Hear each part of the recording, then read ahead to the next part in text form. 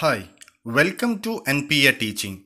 In this video, I am going to discuss the topics from research methodology, that is concept of accuracy and precision. Accuracy and precisions are two important factors to consider when taking data measurement. Our measured data should be accurate and precise. So we have to understand the concept and the difference between these two concepts. Accuracy refers to the closeness of a measured value to a standard or known value. That is, it measures how close your measured value is to the true value or accepted value. If your measured value is far from true value, then it is less accurate, and if it is nearer to the true value, then there is a high accuracy. Thus, accuracy is how near it is to the actual or true value. Since a true or accepted value for a physical quantity may be unknown, it is sometimes very difficult to determine the accuracy of measurement.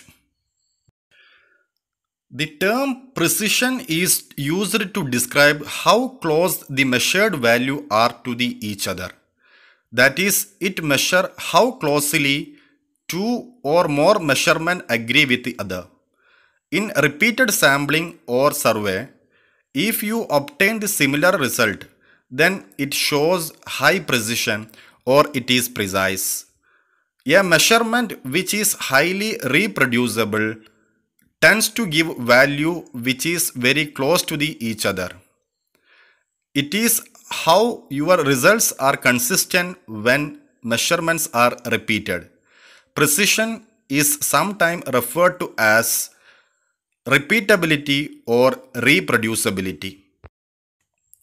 Let us explain the concept of accuracy and precision with the help of figure. In this figure shows poor accuracy but good precision, as all the three dots are close enough so that it is high precise, but it is far away from the maximum targeted region. Therefore, it is poor accurate.